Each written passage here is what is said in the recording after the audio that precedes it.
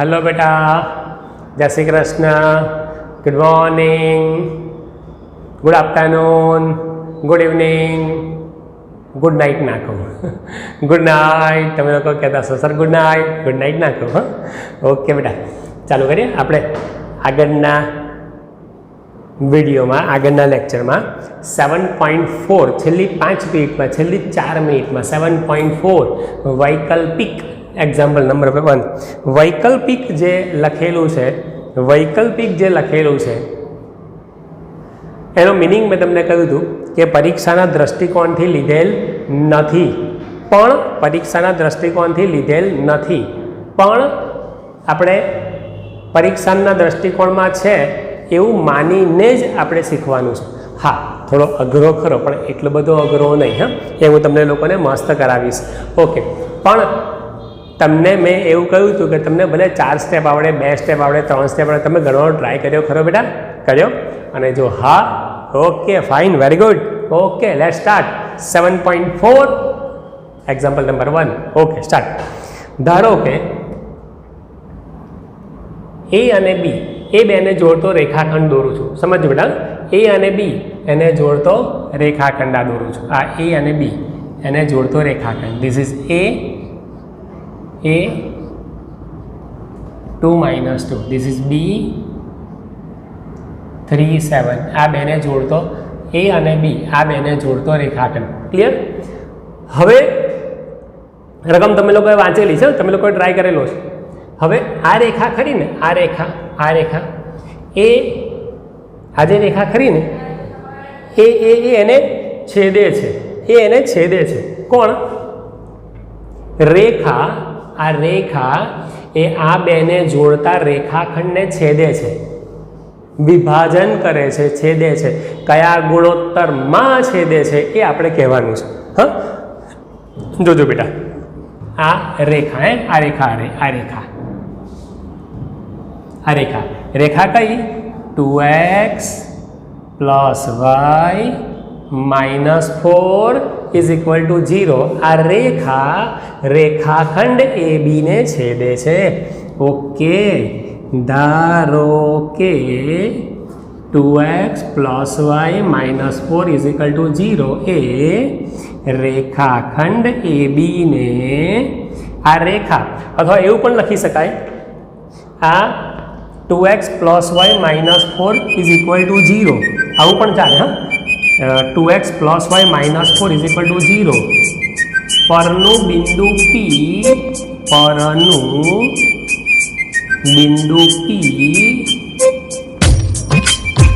એ રેખાખંડ AB ને કયા ગુણોત્તરમાં બેટા? m/n ગુણોત્તરમાં છેદે છે અથવા વિભાજન કરે છે। હું ફરીવાર બોલું છું, આ રેખા પરનું બિંદુ P, તમે સમજી શકો છો, આ રેખા પરનું બિંદુ P, શબ્દો મહત્વના છે। આ રેખા પરનું બિંદુ P, હું વારંવાર બોલું છું, રેખા પરનું બિંદુ P, કારણ કે આગળ એની જરૂર છે। રેખા પરનું બિંદુ P રેખાખંડ AB નું m/n ગુણોત્તરમાં વિભાજન કરે છે। કયા ગુણોત્તરમાં? m/n ગુણોત્તરમાં વિભાજન કરે છે, બરાબર? વિભાજનનો ગુણોત્તર શોધવાનો છે, વિભાજનનો ગુણોત્તર શોધવાનો છે। તમને યાદ આવ્યું હશે કયું? 4 आइटम याद आई? 4 आइटम, अगर एक आइटम ढूंढनी है, अगर एक आइटम बाकी है तो 1 2 3, बराबर ने? आ आइटम बाकी है तो बाकी 3 जो खबर होय सूत्र में किंमत मूकी दो, बात पूरी थी गई।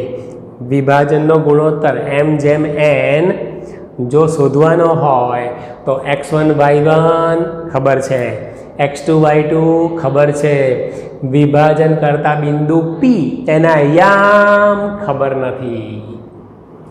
याद है तमने पेला 3 पेलू तमने याद है बेटा? कयो? x1 y1 बराबर પછી x2y2 ક્લિયર. આ બીજી આઈટમ વિભાજન કરતા બિંદુ પીના યામ xy ને m જેમ n. મેં તમને એવું કહ્યું છે બેટા કે જો આ શોધવું હોય તો જો આ ત્રણ આપેલા હોય, વિભાજનનો ગુણોત્તર શોધવો હોય, વિભાજનનો ગુણોત્તર શોધવો હોય અને આ ત્રણ જો આપણને આપેલા હોય તો ખાલી સૂત્રમાં, વિભાજન સૂત્રમાં, સેક્શન ફોર્મ્યુલામાં કિંમત મૂકી દેવાની, આપણું કામ થઈ જાય. અહીં આગળ શું પ્રોબ્લેમ છે? આ પણ ખબર નથી, વિભાજનનો ગુણોત્તર જે શોધવાનો છે એ પણ ખબર નથી અને વિભાજન કરતા બિંદુ પીના યામ આ પણ ખબર નથી. ખાલી આ બે ખબર છે. એટલા માટે થોડોક દાખલો અઘરો થઈ જાય છે. પણ હું તમને લોકોને કરાવું બેટા. હા, તમને સમજણ પડી ને? હું તમને શું કહું છું, સમજણ પડે છે? જો આ આપણી પાસે ના હોય અને જો આ ત્રણ આપણી પાસે હોય તો માત્ર વિભાજન સૂત્ર, સેક્શન ફોર્મ્યુલામાં કિંમતો મૂકી દઈએ, જવાબ આવી જાય. પણ અત્યારે પ્રોબ્લેમ એ છે કે આ શોધવાનું છે અને આ પણ ખબર નથી, બે જ ખબર છે. બરાબર? ચાલો, મેં તમને શું કહ્યું કે 2x + y - 4 = 0 પરનું બિંદુ P એ રેખાખંડ ABને m જેમ n ગુણોત્તરમાં વિભાજન કરે છે. અથવા તમે એવું પણ કહી શકો છો કે રેખા પરનું બિંદુ P, એવું નહીં, રેખા એ રેખાખંડ ABનું m જેમ n ગુણોત્તરમાં વિભાજન કરે છે. બિંદુ Pનો ઉલ્લેખ નહીં કરો તો પણ ચાલશે. એકલું બિંદુ P લખશો તો પણ ચાલશે કે બિંદુ P એ રેખાખંડ ABનું m જેમ n ગુણોત્તરમાં વિભાજન કરે છે, કોઈ પણ ચાલશે. એવું પણ નહીં લખો તો એટલું લખશો તો પણ ચાલશે કે ધારો કે માંગેલ ગુણોત્તર m જેમ n છે, એવું લખશો તો પણ ચાલશે. અને કોઈ કહે કે સર કશું ના લખીએ તોય ચાલે. કશું ના લખીએ તોય ચાલે, ખાલી બરાબર ને? આ એક્ઝામ્પલમાં માર્ક. કોઈ કે સર આ ના લખીએ ચાલે, આ ના લખીએ ચાલે, આ ના લખીએ ચાલે, કશું ના લખીએ તો ના ચાલે. લાવે હું મારા બેટા. ઓકે, ખાલી આના બદલામાં તમે આટલું લખશો તો પણ ચાલશે કે ધારો કે, કારણ કે છે ને અઘરું વાક્ય છે, ધારો કે માંગેલ ગુણોત્તર = m જેમ n. આટલું પણ આવું પણ લખશો ને તો પણ ચાલશે. જોતા રહેજો. હા, જોતા રહેજો. હા, ઓકે. હવે આપણે આગળ જઈએ છીએ. હા, હવે આપણે આગળ જઈએ. ચાલો, વિભાજન કરતા બિંદુ Pના યામ શોધીએ. બરાબર? હા, વિભાજન કરતું બિંદુ P, વિભાજન બિંદુ Pના યામ. બરાબર? રેખાખંડ ABનું વિભાજન કરતું બિંદુ Pના યામ. બરાબર? વિભાજન કરતા બિંદુ Pના યામ = mx2 + nx1 / m + n, my2 + ny1 / m + n. Clear બેટા? સમજાય છે ને તમે લોકોનું શું કહું છું? એ mx2 + nx1 / m + n, my2 + ny1 / m + n. બરાબર? આપણને શું ખબર છે બેટા? અહીંયા આગળ આપણને શું ખબર છે? આ x1 y1, આ x2 y2. બરાબર? m જેમ n ખબર નથી અને બિંદુ P એના યામ xy એ પણ ખબર નથી. Okay, x1 y1 x2 y2 ખબર છે આપણને. ઓકે, m ચલો x2 એટલે કેટલા? આ રહ્યું 3. ધ્યાન આપજો બેટા, x2 એટલે 3 + n, x1 माने 2, इधर देखो 2/m + n. જોતા રહેજો બેટા, જોતા રહેજો. m y2 વેલ્યુ, y2 ની વેલ્યુ બેટા 7, m y2 + n y1 - 2 upon m plus n ध्यान आपजो हाँ is equal to 3m plus 2n upon m plus n 7m minus 2n upon m plus n आ शू आयु विभाजन करतु बिंदु P है एना याम आव्या बराबर। कोई एवं कहे सर याम तो तमे एवं कहो छो कि 7 3 1 2 आवा याम तो विभाजन करता बिंदु P ना याम तो केवा होय आवा होय 7 3 5 0 0 माइनस 1 5 बराबर हूँ आश्र लखूँ छो 5 6 विभाजन करता बिंदु P ना याम तो आवा होय। कोई कहे सर आवुं केवी रीते आव्युं ओके आ એટલા માટે કારણ કે આપણને m અને n ખબર નથી એટલા માટે વિભાજન કરતા બિંદુ P ના યામ આવ્યા ધેટ્સ ઓલ। થોડું અઘરું છે પણ એટલું બધું અઘરું નથી। વિભાજન કરતા બિંદુ P ના યામ આવ્યા આ વિભાજન કરતું બિંદુ P એનો x યામ છે અને આ વિભાજન કરતું બિંદુ P એનો y યામ છે। ગોટ ઇટ સમજાય છે। विभाजन करता बिंदु P ना याम आव्या आ विभाजन करता बिंदु P आ एनो x याम आ एनो y याम। हवे आ विभाजन करतो बिंदु P खरुं ने ए रेखा पर आवेलुं छे ए रेखा पर आवेलुं छे। विभाजन करतो बिंदु P खरुं ने बिंदु P ए आ रेखा पर आवेलुं छे देखाय छे बेटा। विभाजन करतो बिंदु P खरुं ने ए रेखा पर आवेलुं छे। कोई एवं कहे कि सर रेखाखंड पर पण आवेलुं छे तमारी बात साची है भाई रेखाखंड पर पण आवेलुं छे तो रेखाखंड पर पण आवेलुं छे एटले तो भाई रेखाखंड AB ना भाग करे छे ये तो स्वाभाविक है। बिंदु P रेखाखंड पर आवेलुं छे एटले तो रेखाखंडना भाग करे छे परंतु अत्यारे हूँ तमने एवुं कहेवा जई रह्यो छुं कि बिंदु P ए रेखा पर आवेलू है। अहीं बिंदु P ए रेखाखंड AB पर आवेलू है बराबर। माटे बिंदु P ए रेखाखंड AB पर आवेलू है एवं नहीं सॉरी बिंदु P ए 2x plus y minus 4 is equal to 0 पर आवेलू है। रेखाखंड पर तो आवेलू है भाई रेखा पर आवेलू है। अहीं बिंदु P ए रेखा पर आवेलू है समझो। अहीं बिंदु P ए रेखा पर आवेलू है अने माटे शू माटे बिंदु P ए माटे बिंदु P ना याम ए 2x plus y minus 4 is equal to 0 समीकरणनु समाधान करे छे अथवा बिंदु P ए रेखानु समाधान करे छे। थोड़ा तमने अघरू लागशे पण सिंपल छे हूँ तमने करावुं। बिंदु P ए रेखानु समाधान करे छे। बिंदु P ना याम बराबर ए रेखानु समाधान करे छे। हूँ वारंवार बोलूँ छूँ ओके समाधान करे छे एटले शुं x ना बदले एनो x याम मूकवानो y ना बदले y याम मूकवानो एटले 2 ×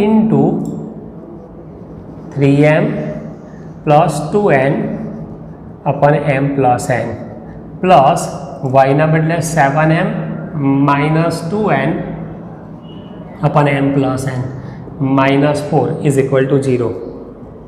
समझायु शू खबर पड़ी? हेलो समझायु बेटा? हूँ तमने कहूँ छूँ ते रेखानु आ बिंदु P રેખાનું સમાધાન કરે છે એનો અર્થ એવો નીકળે કે એક્સને બદલે બિંદુ પીનો એક્સ યામ મૂકવાનો, વાયને બદલે બિંદુ પીનો વાય યામ મૂકવાનો. એટલે 2 × 3m + 2n / m + n plus y 7m - 2n / m + n -4 = 0. હવે આ 2 ને અંદર લઈ જાઓ, બરાબર. ઓકે, એટલે શું આવશે બેટા? એટલે શું આવશે? માટે 2 અંદર, હા, 6m + 4n, બે ગયા અંદર, હા, 6m + 4n / m + n plus 7m - 2n / m + n -4 = 0. સમજાય છે બેટા? આ એવું ને એવું, આ પણ એવું ને એવું, 0 પણ એવા ને એવા. હવે m + n લસા તરીકે લેતા, લસા = m + n. હા, ઓકે, આના છેદમાં તો લસા છે એટલે 6m + 4n. હવે આના છેદમાં પણ લસા છે જ એટલે 7m - 2n. આના છેદમાં કશું નથી એટલે લસા વડે ગુણવા પડશે. 4 × m + n = 0. 0 × m + n. બરાબર. લખું ફરીવાર?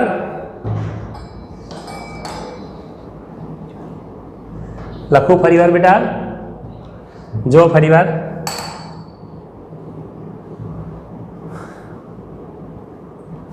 હું તમને શું કહું છું સમજાય છે બેટા? ફરીવાર લખું?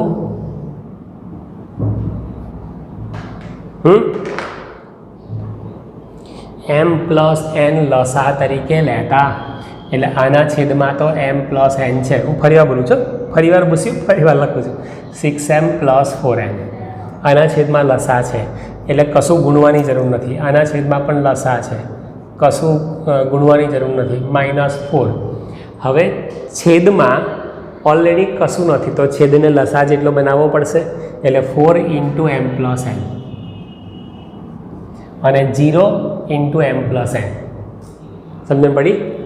આના છેદમાં ઓલરેડી લસા છે એટલે 6m + 4n plus 7m - 2n -4 × m + n. કારણ કે છેદમાં કશું નથી એટલે 1 છે ને છેદમાં 1 હોય તો લસાનો ને અંશનો ગુણાકાર અને 0 × m + n. 0 ને પણ લસા વડે ગુણ્યા છે.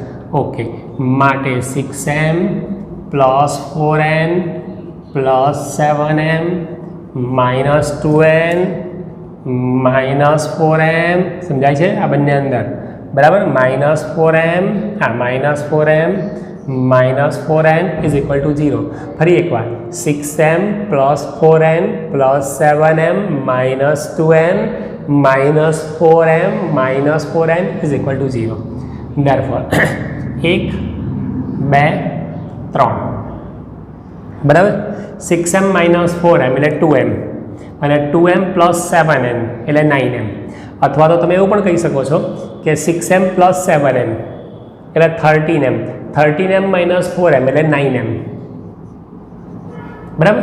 ચલો n નો વારો બેટા, n નો વારો. +4n -4n ઉડી જાય, -2n = 0.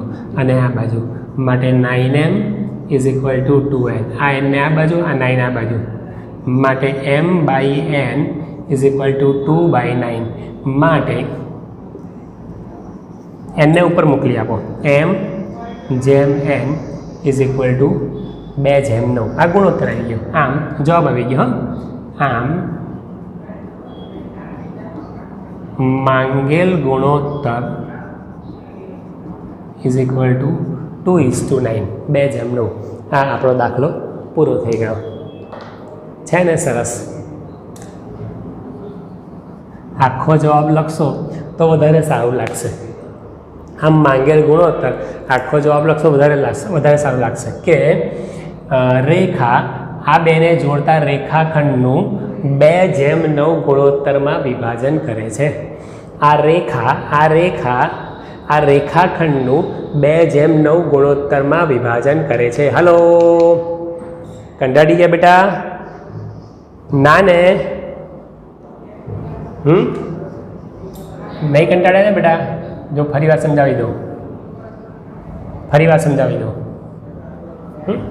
અને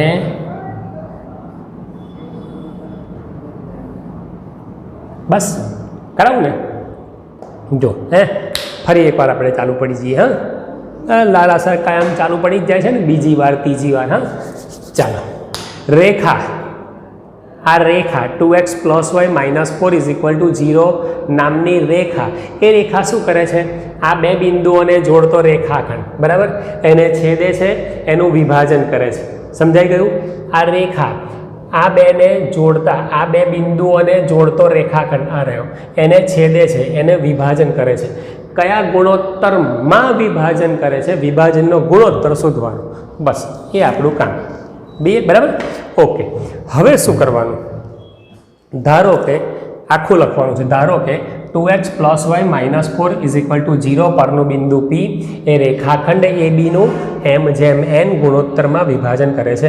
ધારો કે ના સમજણ પડે તો ધારો કે આ રેખાખંડ ABને m/n ગુણોત્તરમાં છેદે છે. બિંદુ P લખવાની જરૂર નથી. એવું પણ ના ખબર પડે તો બિંદુ એકલું લખો કે બિંદુ P, આગળની જેમ બિંદુ P રેખાખંડ ABનું m/n ગુણોત્તરમાં વિભાજન કરે છે. એવું પણ સમજણ ના પડે તો એવું લખો કે ધારો કે માંગેલ ગુણોત્તર m/n છે. ક્લિયર? ઓકે. હવે વિભાજન કરતા બિંદુ P ના આયામ, હું તમને એટલું ધીમે રહીને બધી જ વસ્તુ સમજાવવાનો પ્રયત્ન કરું છું. તમને એમ થશે કે સર બોલ્યા જ કરે, પણ અલગ અલગ શબ્દો દ્વારા, અલગ અલગ વાક્યો દ્વારા હું તમને સમજાવવાનો પ્રયત્ન કરું છું કે જેથી કરીને બધા જ વિદ્યાર્થીઓને સમજણ પડી જાય. ઓકે. વિભાજન કરતા બિંદુ P ના યામ, આ સૂત્ર mx2 + nx1 / m + n, my2 + ny1 / m + n. તમને એમ થશે કે સૂત્ર સર તમે પટ ચપ બોલો છો, તમે પણ બોલતા થઈ જશો. ફોર્મ્યુલા 5 વાર લખીને લર્ન કરવાની, મોઢે કરવાની, ગોખવાની, અને પછી દાખલામાં તમે જ્યારે પણ લખો ત્યારે મોઢે લખવાના. હમણાં આજે ને આજે જ 2 વાર લખવાના, બરાબર? તમારે મને મોકલાવાના, અને પછી આ કર્યા પછી તમારે આખી ટેક્સ્ટબુક, એટલે કે આ બધું જ આખી ટેક્સ્ટબુક 3 વાર ગણવાની. બધું જ આવડી જશે. આ 2 વાર ગણ્યા પછી આખી ટેક્સ્ટબુક 3 વાર ગણવાની. એ કરો છો તો તમને લોકોને પાક્કું આવડી જશે. ટેક્સ્ટબુકની વાત કરું છું. ઓકે, આગળ જઉં છું. વિભાજન કરતા બિંદુ P ના યામ, સૂત્ર બોલ્યો બેટા. પછી શું કરવાનું? m અને n તો આપણને ખબર નથી, પણ x1 y1 ને x2 y2 ખબર છે. આ કિંમતો મૂકી, બરાબર? પછી 3m + 2n / m + n આટલું થયું. આ શું આવ્યું બેટા? સોરી, અમારી આંગળી લાગી ગઈ ને સમજાવતા એટલા માટે. ઓકે. આ શું આવ્યું બેટા? એ મને કહો. આ શું આવ્યું? વિભાજન કરતા બિંદુ P ના યામ આવ્યા, બરાબર? આ વિભાજન કરતા બિંદુ P ના યામ આવ્યા પછી આ 2 વાક્યો લખવાના કે બિંદુ P એ 2x + y - 4 = 0 રેખા પર આવેલું છે. માટે બિંદુ P એ આ સમીકરણનું સમાધાન કરે છે. બિંદુ P સમાધાન કરે છે કે P ના યામ સમાધાન કરે છે, જે લખશો ચાલશે. માટે 2 × x ના બદલામાં આ મૂકવાનું. 2 × x ના યામ પ્લસ y ના બદલે y ના યામ -4 = 0. પછી માત્ર સાદું રૂપ અહીંયા જુઓ, 6m + 4n / m + n + 7m - 2n / m + n -4 = 0. લસા m + n લસા લઈએ તો અંશ એવો ને એવો, કારણ કે છેદ લસા જેટલો છે. અહીંયા પણ છેદ લસા જેટલો છે, એટલે અંશ એવો ને એવો 7m - 2n. પછી આ -4 ના છેદમાં કશું નથી, તો છેદને લસા જેટલો બનાવવો પડશે. જો છેદને લસા જેટલો બનાવવો હોય તો -4 × m + n, અને 0 × m + n એટલે 0, બરાબર? 6m + 4n + 7m - 2n -4m - 4n = 0. Clear? પછી આ બધું આપણે વાળા પદો ભેગા કર્યા, વાળા પદો ભેગા કર્યા, બરાબર? જો આપણે વાળા પદો ભેગા કરીએ, વાળા પદો ભેગા કરીએ એટલે આ આવશે. સજાતીય પદો કહેવાય, લાઇક ટર્મ કહેવાય. આ 2 આવ્યા. પછી -2n પેલી બાજુમાં, +2n, 9m = 2n. પછી m/n એક બાજુમાં, વિભાજનનો ગુણોત્તર તમને ખબર જ છે બેટા કે એક બાજુમાં m/n અને બીજામાં અચળ અચળ m/n = 2/9 માટે m/n = 2:9 2/9 આમાં આંગલ ગુણોત્તર. ક્લિયર બેટા? આની અંદર આપણે બે જ વસ્તુ શોધવાનું છે. સૌ પ્રથમ વિભાજન કરતા બિંદુ પીના યામ શોધો અને ત્યારબાદ વિભાજન કરતા બિંદુ પીના યામ એ રેખાના સમીકરણમાં એક્સને બદલે એક્સના યામ મૂકો અને વાયને બદલે વાયના યામ મૂકો. That's all. એવું લાગે તો તમે લોકો હું જે બે વાક્ય બોલું છું એ યાદ રાખો કરી અને તમે લોકો અહીંયા લખી દેજો. બરાબર? નંબર 1 યાદ રાખો. અલગ કલરની પેન લઉં છું તમને દેખાય તો યાદ રાખો. નંબર 1 સૌ પ્રથમ વિભાજન કરતા બિંદુ પીના યામ શોધો. વિભાજન કરતા બિંદુ પીના યામ શોધો. આ પહેલો પોઈન્ટ. અને બીજો રેખા 2x + y - 4 = 0 માં બરાબર આ x અને y ના યામ અંદર મૂકી દો. બસ દેટ્સ ઓલ. બે જ વસ્તુ છે. બરાબર? પણ નથી આવડે એવું નથી. સારું, હું તમને ફરી પાછું કહું કે આવો કેમ લોચો પડ્યો, આવું કેમ થયું? વિભાજનનો ગુણોત્તર શોધવાવાળા દાખલા તો બેટા આપણે આગળ ગણ્યા હતા, પણ કેમ થયું? કારણ કે વિભાજનનો ગુણોત્તર જો એક આઈટમ બાકી હોય ને બાકીની 3 આપવી પડે, x1 y1 x2 y2 અને વિભાજન કરતું બિંદુ પીના યામ. અહીંયા આગળ x1 y1 છે, x2 y2 છે, પણ વિભાજન કરતા બિંદુ પીના યામ જો આપેલા હોત તો માત્ર સૂત્રમાં કિંમત મૂકી દો ને સીધો જ જવાબ આવી જાય. પણ આની અંદર બે વસ્તુ મિસિંગ છે.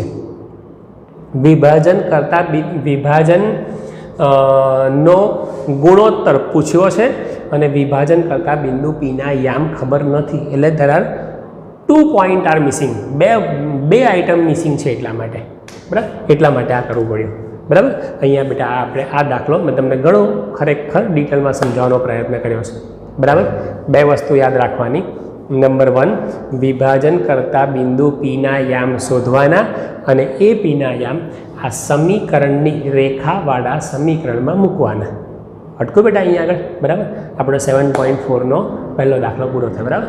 ઓકે, થેન્ક યુ બેટા, થેન્ક યુ. હાલો બેટા, નવો એક્ઝામ્પલ સ્ટાર્ટ કરીએ આપણે. આગળના એક્ઝામ્પલમાં તમને મજા આવી હશે, હે ને? ભલે વૈકલ્પિક છે, ભલે એક્ઝામના ને એને લગતો નથી, પણ આપણે એને કવર કરીએ છીએ. ઘણી બધી જગ્યાએ ઘણા બધા ટીચર્સ નથી કરાવતા, ઘણા સ્ટુડન્ટ્સ નથી કરતા, પણ આપણે કરીએ છીએ, આપણે કરાવીએ છીએ. ઉદાહરણના દાખલા પણ આપણે ગણીએ છીએ. બરાબર? ઓકે બેટા, આપણે શરૂઆત કરીએ છીએ. લાસ્ટ યરનું પેપર 2020નું પેપર તમે લોકોએ જોયું હશે. થોડું ટફ પૂછેલું છે, થોડું ટફ પૂછ્યું છે. બરાબર? એટલે ઇન શોર્ટ બધું કરવું જોઈએ, સમજો ને. હું તમને ડરાવતો નથી, પણ બધી જ વસ્તુ કરવી જોઈએ.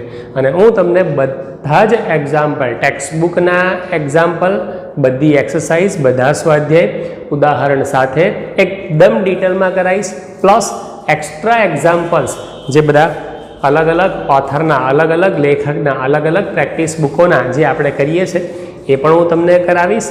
પછી વૈકલ્પિકવાળું છે એ પણ તમને કરાવીશ અને ખૂબ તમને પ્રેક્ટિસ કરાવીશ. પણ દરેક વસ્તુ વિડીયોની અંદર પોસિબલ નથી.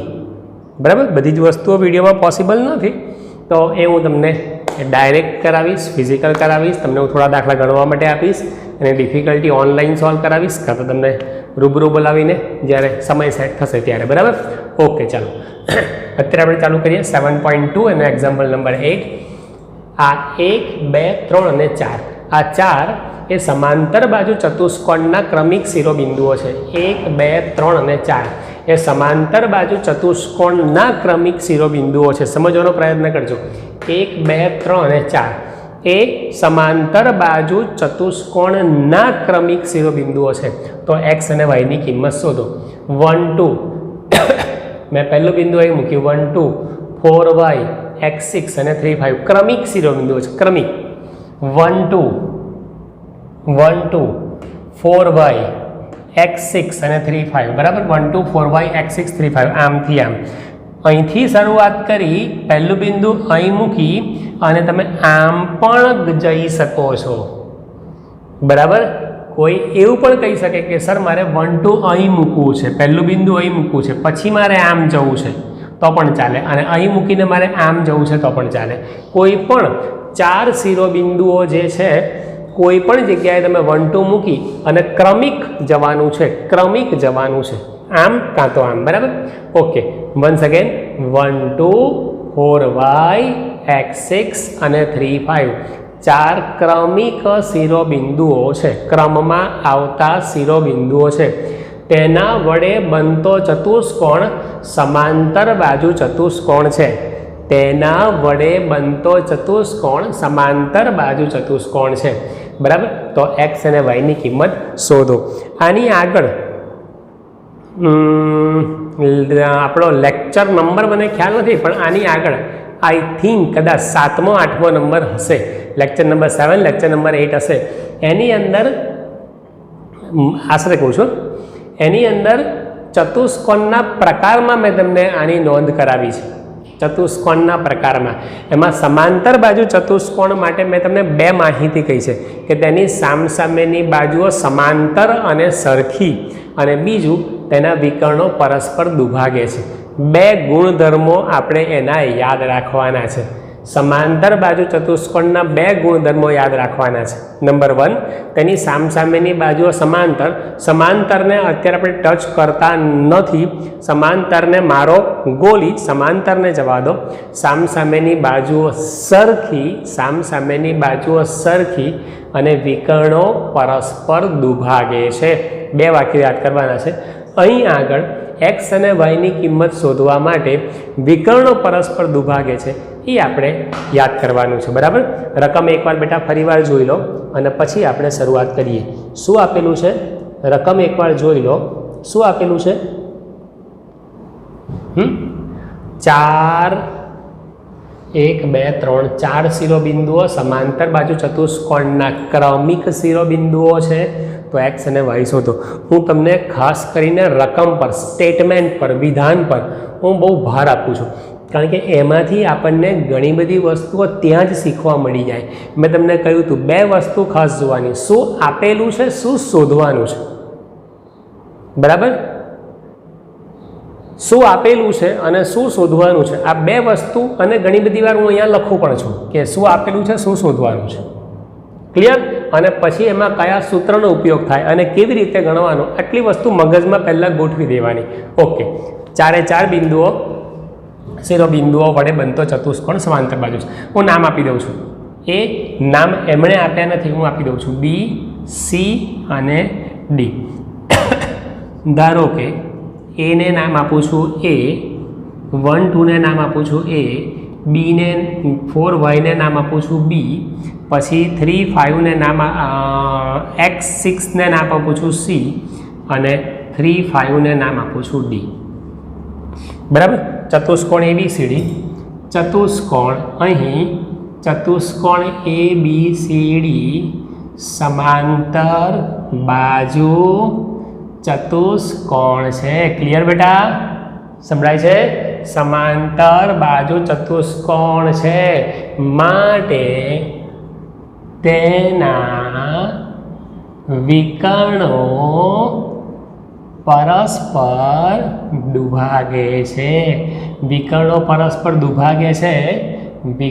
પરસ્પર દુભાગે છે એટલે એનો અર્થ શું વિકર્ણોનું મધ્યબિંદુ આ AC એક વિકર્ણ આનું મધ્યબિંદુ અને BD બીજો વિકર્ણ બંનેનું મધ્યબિંદુ એક જ જગ્યા પર આવે વિકર્ણ એટલે શું એ પણ મેં તમને આગળ સમજાવ્યું છે એટલું બધું ધીમે રહીને મેં તમને સમજાવ્યું છે સામસામેના શિરોબિંદુઓને જોડવાથી જે રેખાખંડ બને ને એને વિકર્ણ કહેવાય આ વિકર્ણ કહેવાય એટલે 2 વિકર્ણ આવે ઓકે માટે વિકર્ણોનું મધ્યબિંદુ એક જ જગ્યા પર આવે માટે વિકર્ણ રેખાખંડ AC નું મધ્યબિંદુ ઇઝ ઇક્વલ ટુ વિકર્ણ રેખાખંડ બીડીનું મધ્યબિંદુ. ખ્યાલ આવ્યો ને બેટા?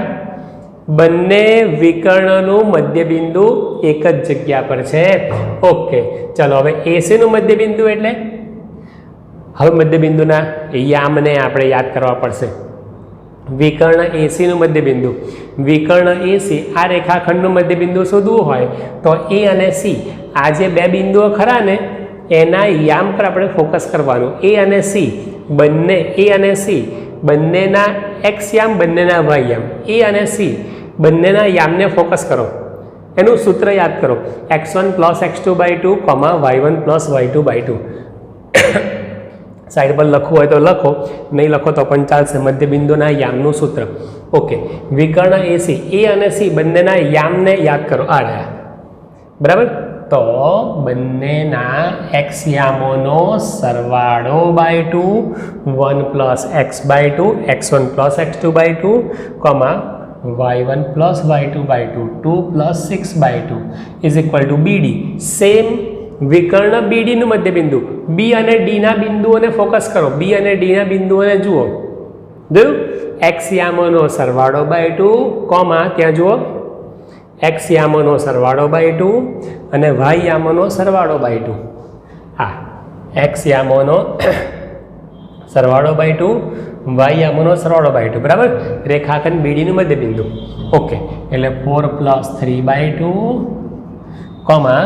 y + 5/2 માટે 1 + x/2, 2 + 6, બરાબર? 8/2 ઇઝ ઇક્વલ ટુ 4 + 3, 7/2 અને y + 5/2. અહીંયા 8/2 એવું 4 થઈ શકે છે, પણ છેદ ઉડાવવાની જરૂર નથી. અહીંયા 4 થઈ શકે છે પણ છેદ ઉડાવવાની જરૂર નથી. માટે બંનેના પહેલા યામ એક્સ યામ સરખાવો, બંનેના બીજા વાય યામ સરખાવો, બરાબર? માટે 1 + x/2 ઇઝ ઇક્વલ ટુ 7/2 અને 8/2 ઇઝ ઇક્વલ ટુ y + 5/2. સમજાય છે બધાને? 1 + x/2 is equal two 7/2, 8/2 is equal two y + 7/2. બંનેના પહેલા યામ સરખાવાના અને બીજા યામ સરખાવાના. માટે આ બે ઉપર જશે, આ બે ક્રોસ ગુણાકાર ઉપર જશે, પછી બે ઉડી જશે. સેમ એવું અહીંયા બે ઉપર જશે, પછી આ બે ઉડી જશે. એટલે 1 + x ઇઝ ઇક્વલ ટુ 7 અને 8 ઇઝ ઇક્વલ ટુ y + 5, બરાબર? આ 1 ને આ બાજુ. માટે x ઇઝ ઇક્વલ ટુ 7 - 1. દેખાય બેટા? x ઇઝ ઇક્વલ ટુ 7 - 1 અને આ બાજુ 8 - 5, 5 ને આ બાજુ બોલાવી લો. 8 - 5 ઇઝ ઇક્વલ ટુ y. માટે x ઇઝ ઇક્વલ ટુ 6 અને x ઇઝ ઇક્વલ ટુ 6 અને 3 ઇઝ ઇક્વલ ટુ y. માટે x ઇઝ ઇક્વલ ટુ 6 અને y ઇઝ ઇક્વલ ટુ 3. આ આપણો જવાબ. બરાબર? ક્લિયર? એમણે એવું કહ્યું કે x અને yની કિંમત શોધો, જવાબ આવી ગયો. બરાબર? ફરી વાર તમને સમજાવી દઉં. 1 2 4y x6 અને 3 5 એ એક સમાંતર બાજુ ચતુષ્કોણના ક્રમિક શિરોબિંદુઓ છે. તો x અને y ની કિંમત શોધો. 1 2 4y x6 અને 3 5 એ સમાંતર બાજુ ચતુષ્કોણના ક્રમિક શિરોબિંદુઓ છે. આમથી આમ પણ ચાલે, આમથી આમ પણ ચાલે. ક્રમિક, ખાલી ક્રમમાં જવાનું. ઓકે, એને નામ આપી દીધા A B C D, આપણે નામ આપ્યા. બરાબર? હવે સમાંતર બાજુ ચતુષ્કોણ હોય તો એના વિકર્ણો પરસ્પર દુભાગે છે. વિકર્ણો પરસ્પર દુભાગે છે. વિકર્ણો દુભાગે છે નો મિનિંગ શું નીકળે? વિકર્ણો દુભાગે છે નો અર્થ શું નીકળે? વિકર્ણ એસીનું મધ્યબિંદુ ઇઝ ઇક્વલ ટુ વિકર્ણ બીડીનું મધ્યબિંદુ. એસીનું મધ્યબિંદુ એટલે શું? એ અને સી બંનેના એક્સ યામોનો સરવાળો બાય 2, એ અને સી બંનેના વાય યામોનો સરવાળો બાય 2. સેમ કોપી એવું આમાં. Okay, 1 + x/2 is equal two અહીંયા 8/2, 4 + 3 7/2, y + 5/2. બંનેના પહેલા યામ સરખાવી દેવાના, બીજા સરખાવી દેવાના. આ પ્રમાણે કરવાના. બે ઉપર આવતા રહેશે, 2 2 કટ થઈ જશે. 1 + x is equal to 7. Same એવું અહીંયા બે ઉપર આવશે, ક્રોસ ગુણાકારમાં 2 2 ઉડી જશે. 8 ઇઝ ઇક્વલ ટુ y + 5. 1 ને આ બાજુ x ઇઝ ઇક્વલ ટુ 7 - 1 અને 8 -5, 8 - 5 is equal to y. x is equal to 6, 3 is equal to y, એટલે કે વાય ઇઝ ઇક્વલ ટુ 3. બરાબર. અને આવું કરવાનું નથી. હા, છેલ્લે આવું લખવાનું નથી. xy આવું કરવાનું નથી, કારણ કે આપણે x અને y કોઈ બિંદુ નથી માગ્યું આપણને. x અને y અલગ અલગ છે. x અને y અલગ અલગ છે. x છે બિંદુ c સાથે અને y છે બિંદુ b સાથે, એટલે આવું કરવાનું નથી. જો MCQ હોય, ઝડપથી ગણતરી કરવી હોય, તો હું તમને બીજી શોર્ટકટ શીખવાડું. બરાબર. જોજો શું શોર્ટકટ છે હું તમને શીખવાડું. બંનેના x યામોનો સરવાળો બાય 2 અને બંનેના y યામોનો સરવાળો બાય 2. જોજો હા, અહીંયા આગળ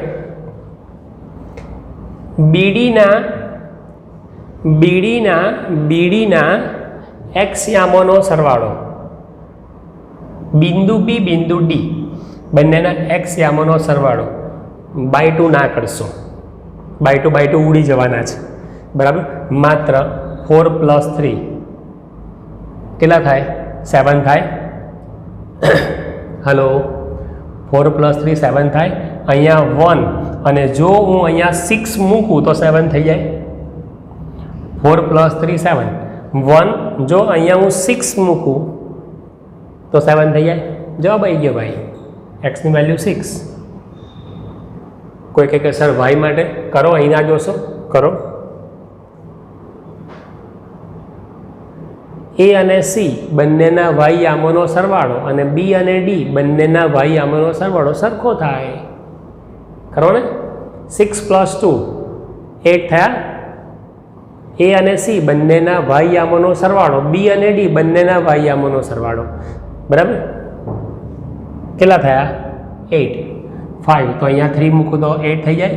અહીંયા આ જગ્યા yનો આન્સર આવી ગયો ભાઈ. ઓ મહાચીસ ખરું લા. હે ઓકે. A અને C બંનેના x યામોનો સરવાળો, B અને D બંનેના x યામોનો સરવાળો, બંનેને સરખાવવાથી ડાયરેક્ટ જવાબ આવે A અને C બંનેના y યામોનો સરવાળો, B અને D બંનેના y યામોનો સરવાળો, x યામોનો સરવાળો સરખાવવાનો, y યામોનો સરવાળો સરખાવવાનો, તો પણ જવાબ આવી જાય. મજા આવી ને? ઓકે બેટા, થેન્ક યુ. હાલો બેટા, 7.2 એક્ઝામ્પલ નંબર 7. બરાબર. AB એ વર્તુળનો વ્યાસ છે. વર્તુળ તમને ખબર છે, વર્તુળનો વ્યાસ કેન્દ્ર 2 - 3 છે અને B14 છે, તો બિંદુ A ના યામ શોધો. ફરીવાર AB વર્તુળનો વ્યાસ છે, તેનું કેન્દ્ર 2 - 3 છે. આ કેન્દ્ર છે. કેન્દ્ર એક બિંદુ છે અને બિંદુના કેન્દ્ર એટલે એક બિંદુ અને એના યામ. B14 છે, તો બિંદુ A ના યામ શોધો. જોજો બેટા. હા,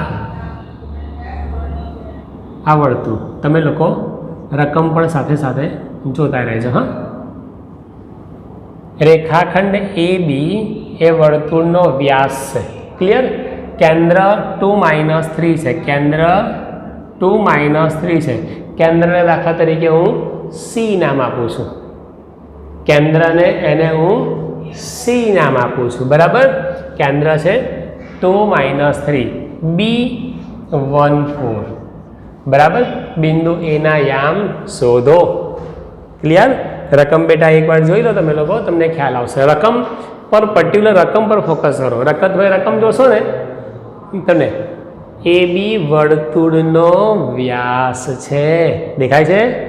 હા. કેન્દ્ર 2 - 3 છે. કમ્પ્લીટ. B14 છે, તો બિંદુ A ના યામ શોધો. ધારો કે બિંદુ A ના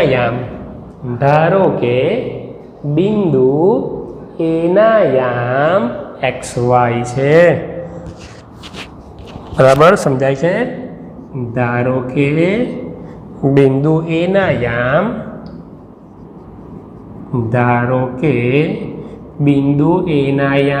XY છે.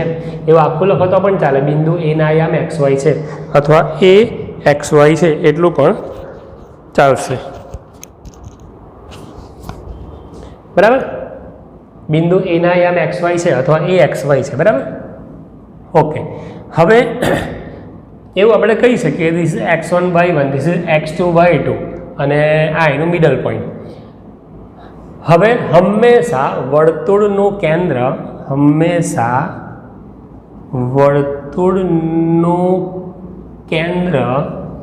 એ વર્તુળના વ્યાસનું મધ્યબિંદુ હોય છે. ખ્યાલ આવે? હંમેશા વર્તુળનું કેન્દ્ર એ વર્તુળના વ્યાસનું મધ્યબિંદુ હોય છે. એલા મધ્યબિંદુ થઈ ગયું. હંમેશા વર્તુળનું કેન્દ્ર વર્તુળના વ્યાસનું મધ્યબિંદુ હોય છે. હું જે બોલું છું એ તમારે ધ્યાનથી સાંભળવાનું છે. વર્તુળનું કેન્દ્ર એ વર્તુળના વ્યાસનું મધ્યબિંદુ હોય છે. ક્લિયર? માટે વર્તુળનું કેન્દ્ર બરાબર રેખાખંડ એબીનું મધ્યબિંદુ વ્યાસ તરીકે છે રેખાખંડ એબી. માટે વ્યાસનું મધ્યબિંદુ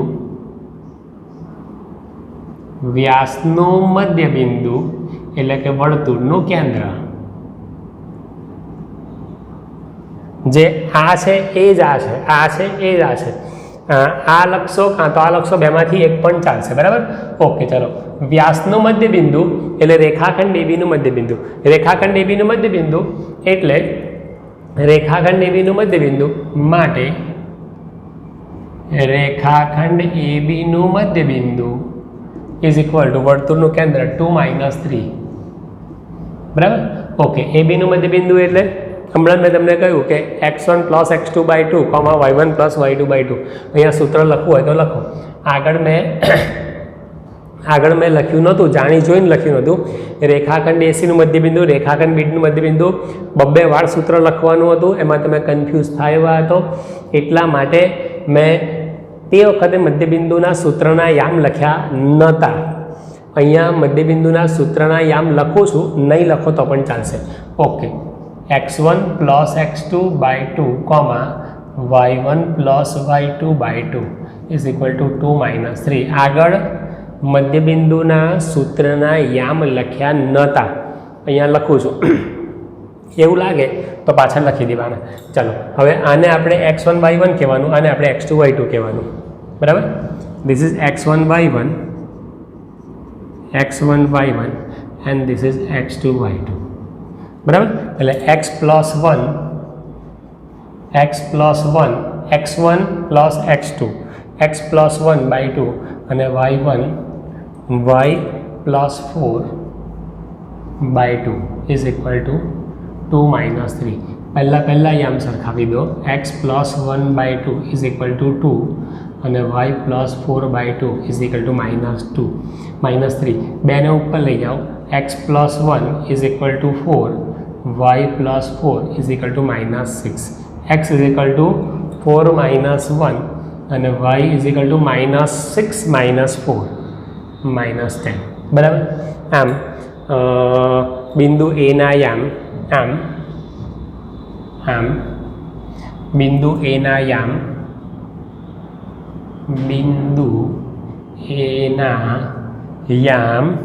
3 - 10 છે. જવાબ આવી ગયો. બરાબર? આપણે આવું પણ લખી શકીએ છીએ. આવું ના લખવું હોય તો આવું પણ લખી શકીએ છીએ. બિંદુ એ 3 - 10 મળે. આ પણ લખી શકાય, આ પણ લખી શકાય. બેમાંથી કોઈ પણ એક આપણે લખવાનું. આની સાથે આપણો 7.2નો એક્ઝામ્પલ નંબર 7 પૂરો થયો. બરાબર? જો ફરીવાર સમજાવી દઉં, ફરીવાર કરાવી દઉં બેટા. એકદમ સિમ્પલ છે. રેખાખંડ એબી વર્તુળનો વ્યાસ છે. તેનું કેન્દ્ર 2 - 3 છે. બીના યામ 1 4 છે. બિંદુ એના યામ શોધો. ધારો કે બિંદુ એના યામ XY છે. બરાબર? વર્તુળનું કેન્દ્ર એ વ્યાસનું મધ્યબિંદુ હોય છે. એટલે કે વર્તુળનું કેન્દ્ર એ વ્યાસનું મધ્યબિંદુ જે આ છે એ જ આ છે. માટે રેખાખંડ જે આ વાક્ય છે એ જ આ છે. અને મેં થોડું યાદ રાખો એ રીતે લખ્યું છે. માટે રેખાખંડ એબીનું મધ્યબિંદુ એટલે વર્તુળનું કેન્દ્ર. રેખાખંડ એબીનું મધ્યબિંદુ એટલે એ અને બી બંનેના x યામોનો સરવાળો / 2. એ અને બી બંનેના યામ પર ફોકસ કરવાનું, ત્યાં જોવાનું. એ અને બી મધ્યબિંદુ શોધવું હોય તો મેં તમને કહ્યું છે કે એક્સ યામોનો સરવાળો બાય 2 કોમા વાય યામોનો સરવાળો by 2 x1 plus x2 by 2 comma y1 plus y2 by 2 અને ઇઝ ઇક્વલ ટુ 2 - 3 સૂત્ર લખો તો સારી વાત છે, નહીં લખો ચાલશે. ઓકે, એટલે એ અને બી બંનેના એક્સ યામોનો સરવાળો x plus 1 by 2 comma y plus 4 શું તારે છે બેટા વાય પ્લસ 4 બાય 2 બરાબર ઇઝ ઇક્વલ ટુ 2 - 3 પહેલા યામ સરખાવી દેવાના x plus 1 by 2 is equal to 2 comma y plus 4 by 2 is equal to -3 બેને ઉપર લઈ જાઓ x plus 1 is equal to 2 × 2 4 y plus 4 is equal to -6 plus 1 આ બાજુ x ઇઝ ઇક્વલ ટુ 3 અને y ઇઝ ઇક્વલ ટુ -6 - 4 એટલે કે -6 - 4 એક વાક્ય મેં એક સ્ટેપ ઓછું લખ્યું છે. x ઇઝ ઇક્વલ ટુ 4 - 1 એટલે કે 3 અને y ઇઝ ઇક્વલ ટુ -6 - 4 મેં ડાયરેક્ટ લખી કાઢ્યું છે. -6 - 4 એટલે કે -10 એક સ્ટેપ ડાયરેક્ટ લખ્યું છે. આમ બિંદુ એના યામ 3 - 10 છે અને એ 3 - 10 મળે. આ આપણે જવાબ ક્લિયર. આની સાથે આપણું આ 7.2 એનો એક્ઝામ્પલ નંબર 7 પૂરો થયો. ઓકે બેટા, થેન્ક યુ, બાય બાય બેટા, થેન્ક યુ, બાય.